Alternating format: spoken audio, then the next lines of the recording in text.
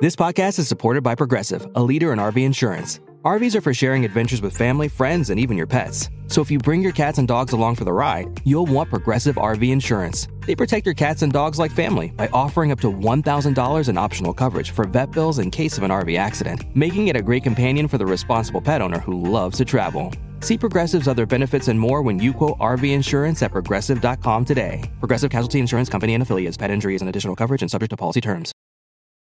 Se gostarem deste e de outros conteúdos Broá, considerem tornar-se patronos em patreon.com/broapodcasts, onde podem ter acesso a episódios exclusivos de vários programas. Visitem patreon.com/broapodcasts para mais informações. Canudos, Estado da Bahia, Brasil, 1897. À distância, ouvem-se gritos fulgurantes, o estalar de armas de fogo. Tudo é um caos. Sente-se um cheiro distante da pólvora, trazido pelo vento. Surge então, à frente do homem, uma escada. O homem trepa a escada e sobe para os andaimes que ainda decoram esta igreja. Sobe mais e mais e mais, até chegar ao topo. Chegando lá acima, faz um gesto de ordem. A escada é retirada. Não é possível descer. O homem enfrenta a distância, o fogo, a multidão distribuída pelo mato esbranquiçado do sertão. Abre de novo os braços. Fecha os olhos. Aguarda. Súbito, o conflito para. O inimigo que se aproximava recua. Regressa a paz. É um milagre. Outro dos milagres do peregrino. Esta é a história de António Conselheiro e da Guerra de Canudos.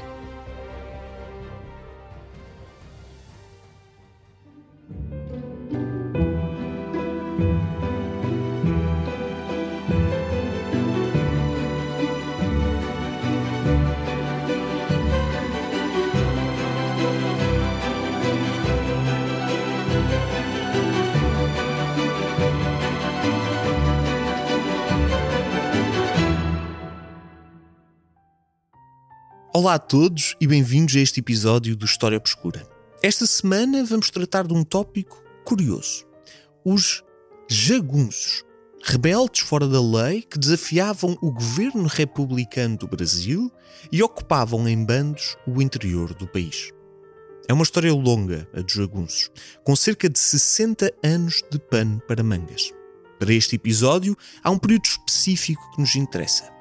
O da Guerra dos Canudos, um conflito protagonizado pelo governo da República Brasileira contra a figura de António Conselheiro. No ano de 1889, o Brasil, colónia portuguesa durante mais de 400 anos, era já independente há 67. Tinha passado por dois imperadores, Pedro I e II, e via-se em plena república. O Império Brasileiro tornou-se então nos Estados Unidos do Brasil e a autoridade de Pedro II deu lugar a um regime chefiado, maioritariamente por militares, a República da Espada. A ela, em 1894, seguiu-se a República Oligárquica, dominada também por alguns militares e ainda mais pelos interesses económicos dos estados mais populosos, Minas Gerais, São Paulo e os gaúchos do Sul. Mas era e é um país vasto o Brasil. Alguns dos seus cantos mais remotos não viam a autoridade do governo da República com bons olhos. E há poucos cantos mais remotos que o sertão brasileiro.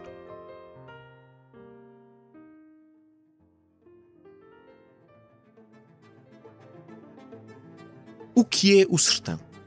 É, de grosso modo, um retalho do interior do Brasil que vai, de norte a sul, do estado do Ceará até Minas Gerais e que fica, de este a oeste, entre a costa atlântica e a floresta amazónica.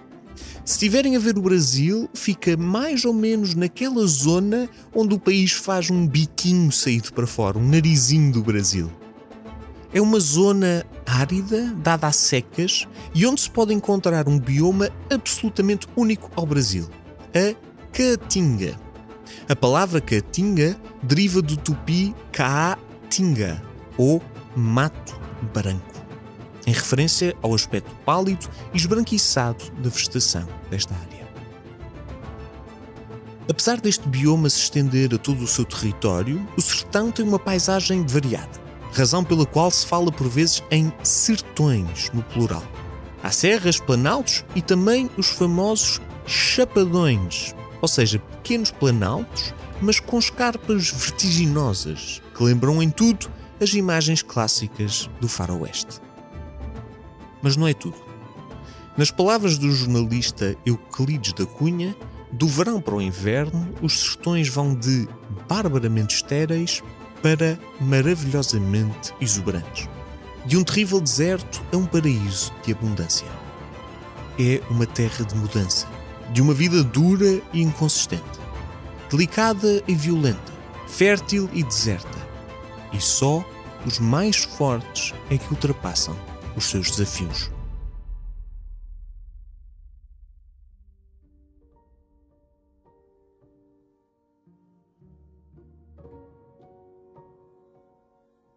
É aqui que entram os jagunços, ou capangas.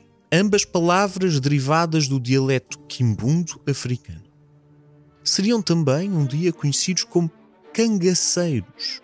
A palavra cangaceiro vem de canga, da peça de madeira que fica imediatamente acima da cabeça dos animais num carro de bois. Os jagunços, capangas ou cangaceiros, era uma fasquia nómada da população do sertão, dos sertanejos. Colonos, ao início muitas vezes paulistas, que decidiram seguir o Rio de São Francisco, conhecido como Velho Chico, pelo país dentro em busca de fortuna, e que no sertão se misturaram com a população indígena e escravos em fuga, protegidos da atenção das autoridades pela paz relativa daquela zona recôndita. Foi a instabilidade do clima e a violência da paisagem que tornou alguns destes homens e mulheres em bandidos itinerantes. Cowboys brasileiros que ou se colocavam ao serviço de políticos e líderes locais como mercenários, ou que faziam a sua própria vida contra tudo e todos. Estava então o sertão repleto de pequenas comunidades indígenas, de comunidades de colonos e também destas personagens. Foi neste barril de pólvora do faroeste brasileiro que caiu uma faísca que ameaçou incendiar o sertão. António Conselheiro, também conhecido como o Peregrino.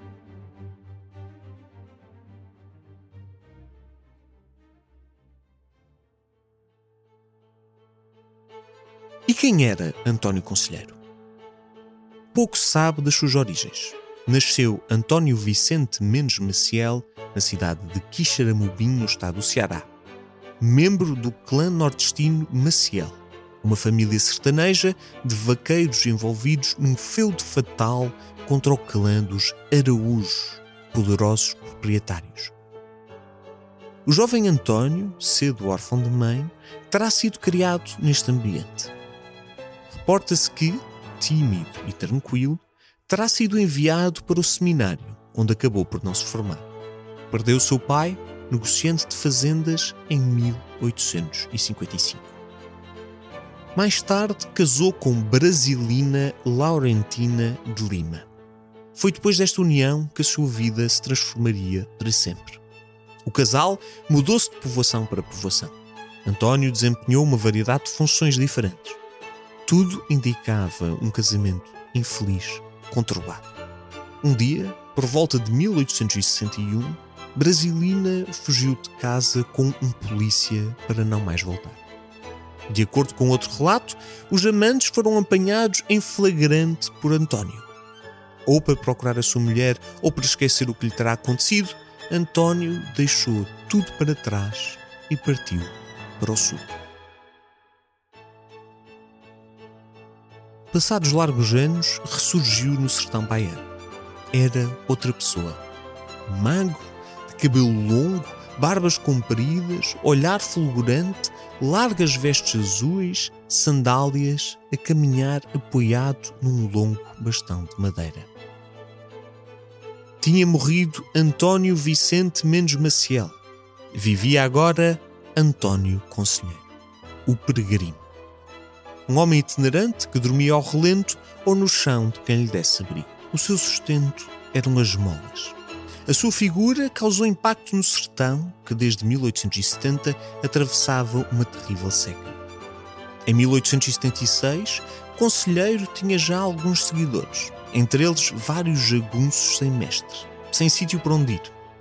Diz um relato de um jornal da época: apareceu no sertão do norte um indivíduo que se diz chamar António Conselheiro e que exerce grande influência no espírito das classes populares, servindo-se de seu exterior misterioso e costumes ascéticos.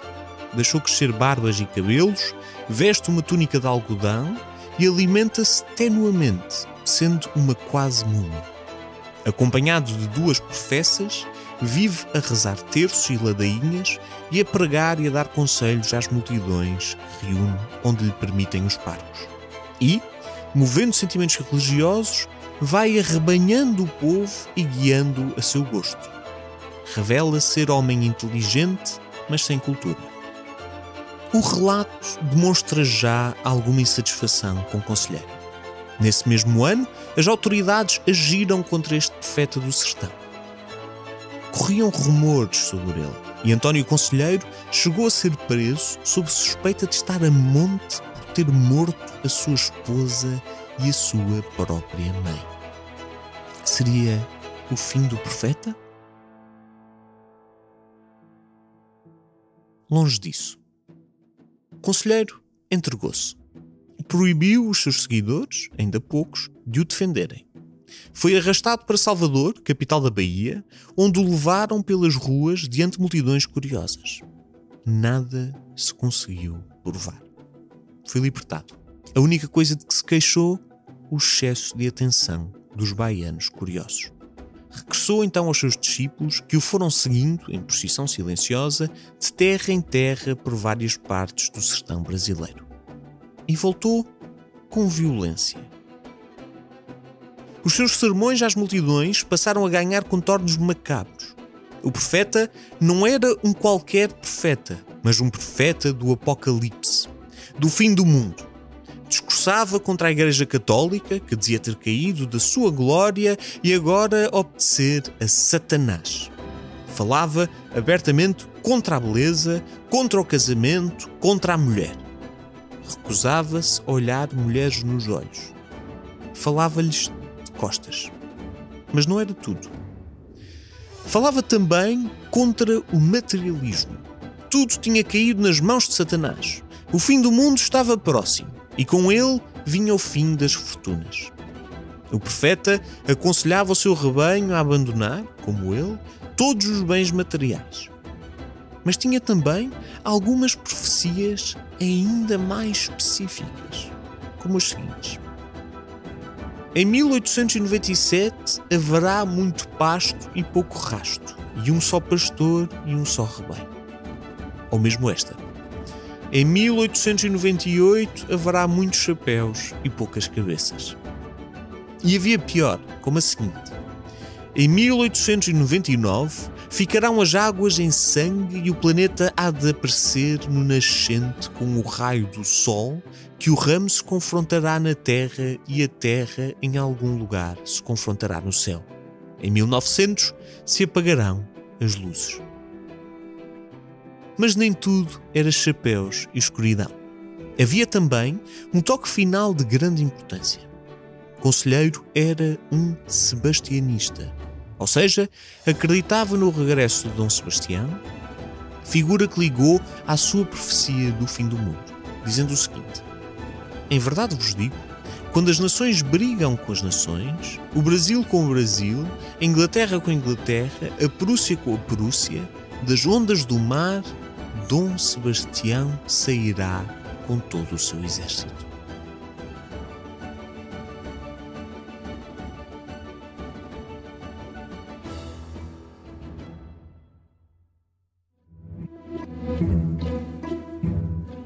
profecia pouco conhecida de António Conselheiro é que, mais de 100 anos depois da Guerra dos Canudos, surgiriam transmissões de áudio com conteúdos históricos em várias plataformas online.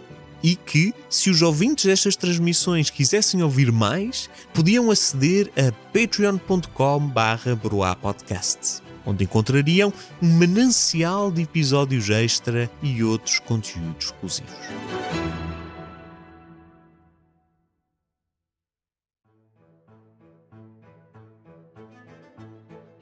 Mas havia outro lado ainda do profeta. Um lado mais atraente para os sertanejos. Com as profecias do fim do mundo, vinham também penitências que beneficiavam as populações locais. O conselheiro ordenava a reconstrução de igrejas, cemitérios e mesmo a construção de novas estruturas. Os ricos forneciam materiais de graça.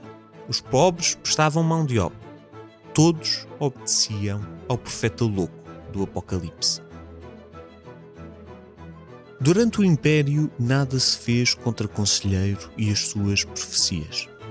Em 1882, eram já centenas os seus seguidores. A Igreja, que considerava que a moral deste profeta era demasiado rígida e radical, tentou agir contra ele, diminuir a sua influência, mas nada funcionou. Cada um dos sermões chegava a ser assistido por multidões de 1000 pessoas. Sisudas, avessas ao sorriso, tal como o profeta recomendava. Às autoridades, nada disto interessava. Pelo menos até chegar à República. Em 1893, 4 anos depois da proclamação da República, houve uma consequência interessante do poder republicano que atingiu as terras do sertão. A declaração da autonomia dos municípios levou à descentralização da cobrança de impostos e a que as autoridades locais a fixassem em tábuas públicas editais para este efeito. As fontes divergem, mas de acordo com Euclides da Cunha, Conselheiro e os seus seguidores estavam então na vila de Bom Conselho, no estado de Pernambuco. Não se sabe exatamente porquê, mas não lhe agradou esta mudança, esta ingerência na sua realidade. Seguiu-se a fogueira. Um auto de fé contra estas terríveis tábuas, organizado pelo conselheiro em Bom Conselho num dia de feira. As tábuas foram todas queimadas entre gritos contra a autoridade da República. O profeta abandonou depois a cidade com os seus seguidores, mas o episódio não tinha terminado. Chegaram à capital pernambucana e foi destacada uma numerosa força de polícia para prender os responsáveis. Encontraram-nos na esterilidade do sertão. As tropas avançaram contra os cerca de 200 crentes de Conselheiro. Esperavam acabar rapidamente com eles. Mas não contavam com os jagunços. Com as suas longas facas de peixeiro, as suas espingardas de má qualidade, habituados ao sertão, habituados às caramuças. Foi o primeiro conflito e a primeira vitória do Conselheiro contra a República Brasileira.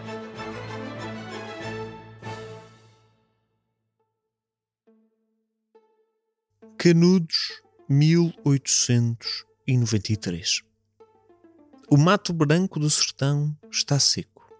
Canudos, terra de bandidos, deixada à desgraça. Cabanas de palha seca, caídas por terra, abofetadas de vento quente. Uma favela em ruínas. Perto, uma igreja que resiste a medo à natureza. Quando, à distância, surge um homem. Na sua mão, um bastão. Não sente o calor que o rodeia. Despreza-o. Atrás de si, uma multidão calada, armada. Vieram a andar. Parece que há séculos. Mas agora chegaram. É esta a sua casa. Em pleno sertão, no estado nordestino da Bahia, fica o município de Canudos. Hoje, na sua bandeira colorida, onde ao centro vemos os desenhos de um canhão, um sol, peixe e árvores, podemos ler: o sertanejo é, antes de tudo, um forte. Nos finais do século XIX, Canudos não era mais do que uma aldeia abandonada, resquícios de uma fazenda local. Um vigário que terá visitado o local em 1876 disse que a população local estava armada até aos dentes e que a sua ocupação quase exclusiva consistia em beber aguardente e pitar uns esquisitos cachimbos de barro em canudos de metro de extensão. Pouco disto restava quando, em 1893, depois de muito andar pelos recantos do sertão, o conselheiro e os seus carentes chegaram a Canudos. Estabelecidos lá, atraíram mais e mais pessoas que se juntaram ao movimento vindas das povoações circundantes que ficavam desertas. Montaram-se dezenas de casebres distribuídos por ruas estreitas. Casas de 3 divisões, sem grandes luxos, onde se podiam encontrar estátuas básicas ao conselheiro e onde os habitantes guardavam também as suas armas. Facões, lanças toscas, capacetes de chumbo, bestas caseiras e espingardas. O medo da chegada das autoridades era constante.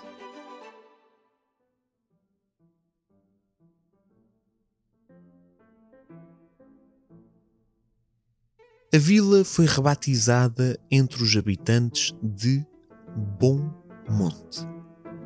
A população? Um clã de jagunços e as suas famílias para quem Canudos, nas palavras de Euclides da Cunha, era o cosmos. Mas isso iria mudar rapidamente.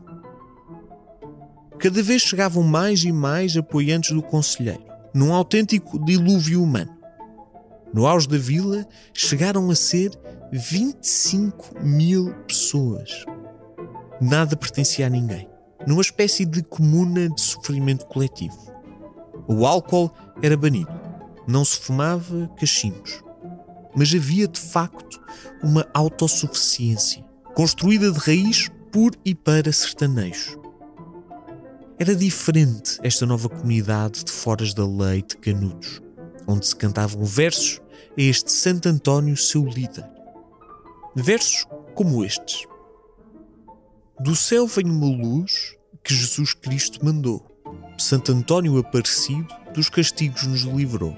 Quem ouvir e não aprender, quem souber e não ensinar, no dia do juízo a sua alma penará.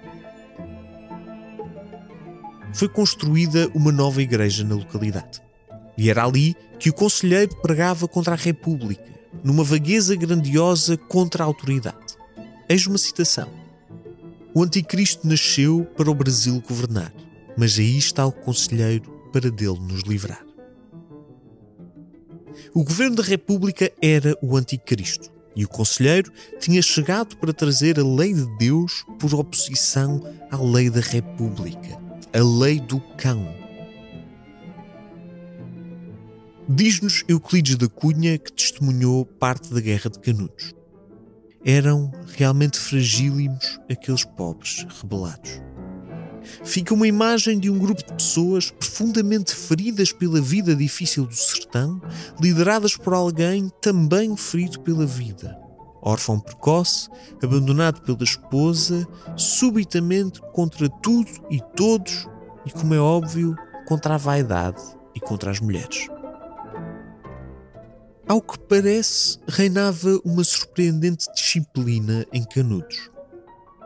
Surgiram, no entanto, relatos de que os seus jagunços ocasionalmente faziam estragos nas povoações perto de Canudos.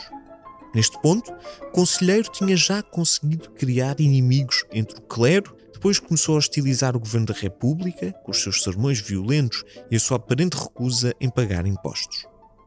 A comuna passou também a ser vista como ameaça pelos grandes proprietários da zona. Terá criado esperança entre os seus trabalhadores de que em Canudos lhes esperava uma vida melhor, de acordo com a religião e sem a exploração de que frequentemente seriam vítimas.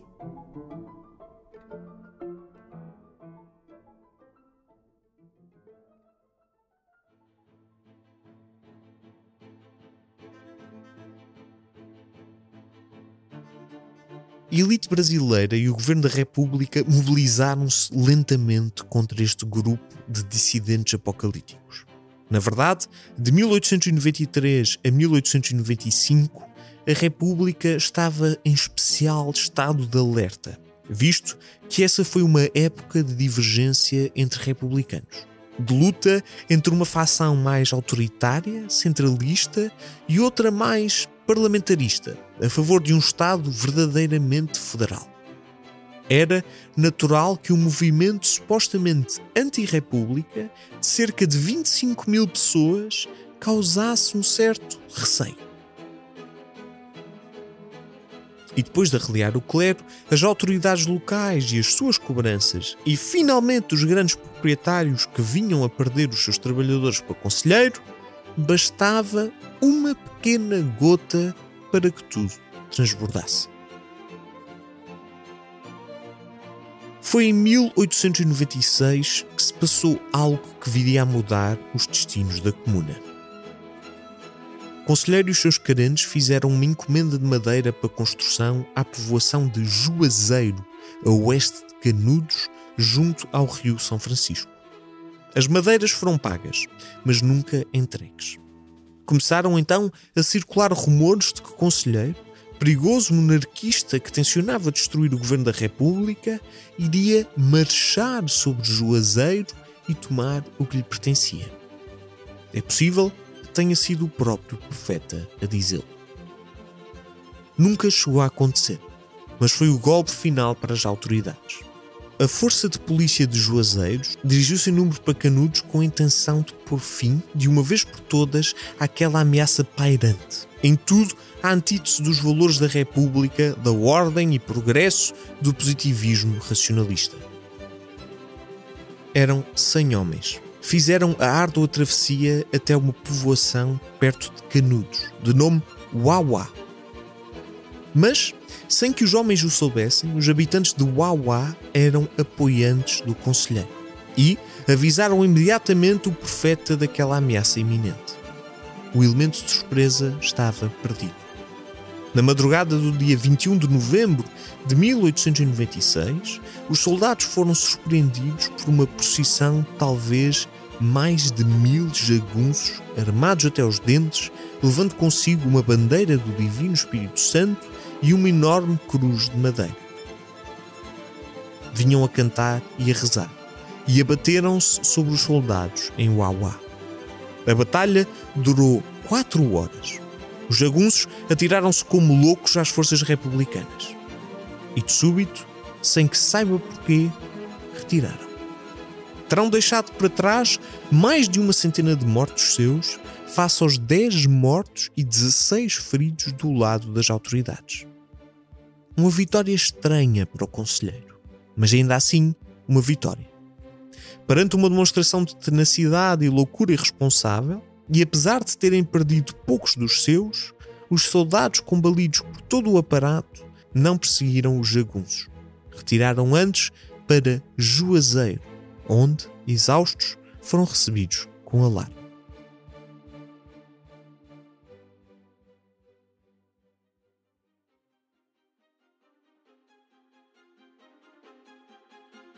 A notícia espalhou-se pelo país inteiro. Não havia dúvidas. Era preciso reagir.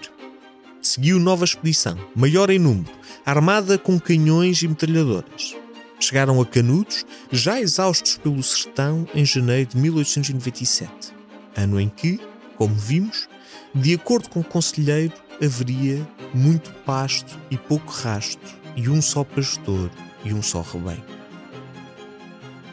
Foi numa manhã que os soldados se aproximavam de forma organizada de Canudos. O terreno era difícil. O mato da Caatinga, repleto de esconderijos, dificultava um combate organizado. O movimento dos canhões e metralhadoras. Subitamente, surgiram do mato branco um grupo enorme de jagunços. Gritaram: "Fraqueza do governo" e "Viva ao nosso conselheiro", enquanto abriram fogo. Os soldados avançaram em pânico. Reinou a desorganização. Depois, acabou o assalto. De novo, um desequilíbrio. 4 soldados mortos e mais de 20 feridos. Do outro lado, mais de 100 jagunços. Talvez não temessem a morte, mas por isso mesmo causavam medo. A tropa acampou e passou a noite perto de Canudos. De manhã, foram de novo surpreendidos, tal como no episódio do Uauá. Desta vez, avançaram para combate corpo a corpo, sem qualquer medo das armas de fogo dos soldados. Um dos jagunços terá gritado: "Viram, canalhas, o que é ter coragem?", enquanto avançava sobre o canhão da tropa.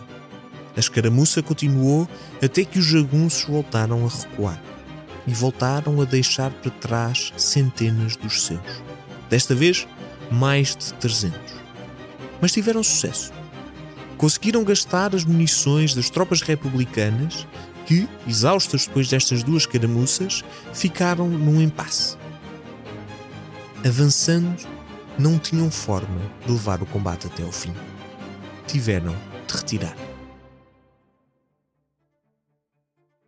Em Canudos, sem que os soldados o soubessem, reinava o pânico. A escala do conflito assustou a população, que começou finalmente a ganhar medo. Foi então que o conselheiro conseguiu, por sorte, preservar a moral dos seus carentes.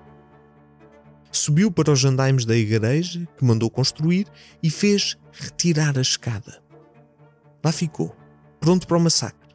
Mas subitamente, o inimigo recuou. Era um milagre. O rebanho do conselheiro ganhara. Nova derrota para o governo republicano. Derrotado, talvez, mais que tudo, pelo sertão. Seguiu-se outro assalto. Uma expedição de 1000 homens. E o resultado? Outra derrota. Continuava-se a subestimar tanto a natureza como a força de vontade dos seguidores de conselheiro. O país estava em completo alvoroço, perplexo face às contínuas derrotas das autoridades contra estes elementos subversivos. Foi enviada uma nova e última expedição. Eram 4000 homens. Tinham mais artilharia pesada. Tudo para enfrentar os jagunços com as suas facas, bastões e velhas espingardas.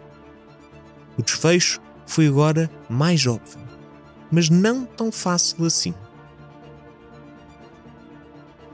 O cerco durou meses. Os sertanejos tinham armas melhores roubadas durante as expedições anteriores. Conseguiram infligir perdas duras no exército republicano. As tropas passaram fome. O abastecimento tinha sido mal organizado, como sempre dificultado pelo sertão. O próprio ministro da Guerra, o marechal Carlos Machado de Bittencourt, teve de se deslocar para o local. Foi em setembro que se fizeram ganhos sérios. Canudos estava completamente cercado e a derrota estava à vista. Foi uma guerra de atrição e a sua grande vítima não terá visto as balas republicanas.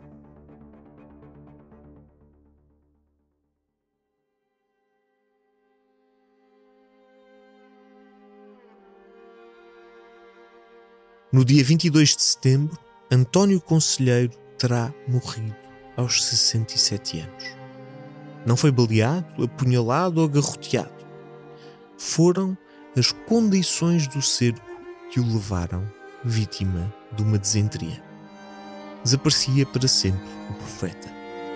Sob promessas de salvaguarda, uma parte da população rendeu-se aos republicanos. Acabaram por ser executados sem qualquer piedade. Massacrados.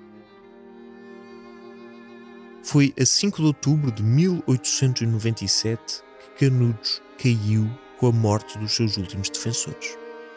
No final, restavam cerca de 5.000 casebres e a igreja do conselheiro.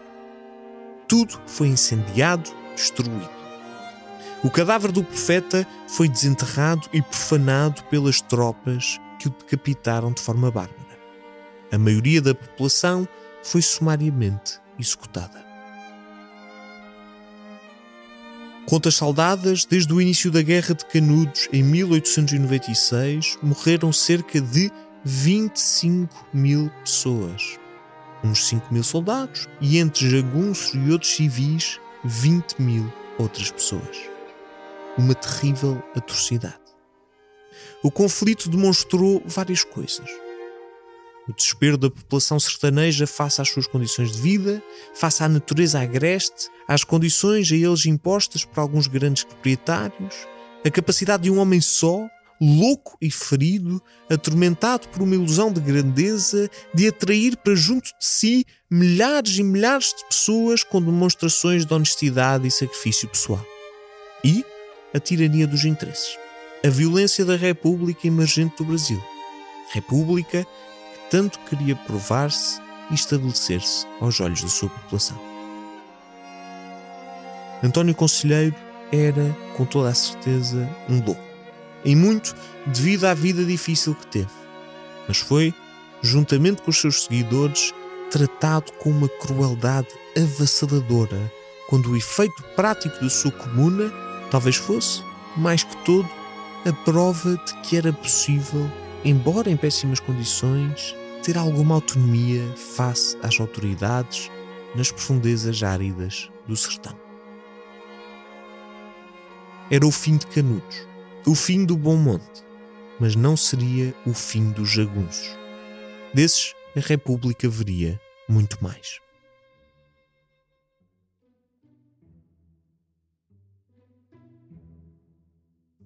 Tudo isto foi a tempestade perfeita. A mistura entre pobreza extrema, um período de mudança política e fanatismo religioso. Tudo isto com a impiedosa natureza do sertão como pano de fundo. Quando tudo nos é retirado, quando o homem providencial nunca mais chega e tudo o que sobra é a planície seca e o sol infernal, as emoções inflamam-se ao rubro. É esta a grande lição desta história. A forma como as circunstâncias pessoais e sociais levam a que nos agarremos às fontes de salvação que nos são dadas. As palavras de António Conselheiro eram como um bálsamo para os estômagos esfomeados, uma gota de água nas gargantas secas. Ao cair numa espiral de violência, arrastou também consigo aqueles que, entre os abusos dos grandes proprietários e a instabilidade republicana, sentiam não ter nada a perder. E foi carrasco daqueles que queria salvar. Pelo caminho, ficaram os crentes e os jagunços, pior ainda de quando começaram. Tudo isto é ainda mais tocante por se passar num país e cultura que partilha tantos laços históricos com a nossa. O sertão brasileiro pode estar longe, perdido nas profundezas da América do Sul. Mas, independentemente de tudo, a história do desespero dos homens em circunstâncias excepcionais será sempre a história de toda a humanidade.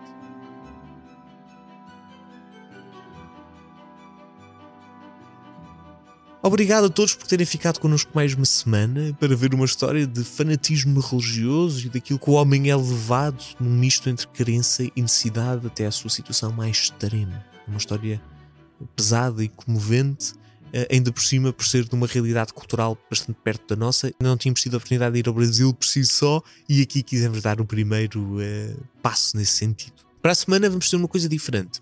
Vamos fazer outro especial do História Obscura, como fizemos com o do terror, mas desta vez dedicado ao mundo natural e em particular a plantas. Eu sou um grande fã de plantas e acho que há imensa história escondida e esquecida do mundo natural e do que a natureza tem a dar ao homem. Portanto, para a semana vamos começar o nosso especial sobre plantas que mudaram a humanidade.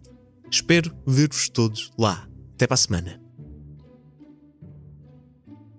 História Obscura é um podcast da série Sapiens, produzido pela Broá Podcasts, narrado por mim, Luís Francisco Sousa, com direção criativa de Luís Francisco Sousa, escrito por Renato Rocha, pesquisa por Nuno Mendes, edição por Diogo Caetano, direção técnica de Rita Cabrita, identidade gráfica desenvolvida por Rita Cabrita e Luís Francisco Sousa.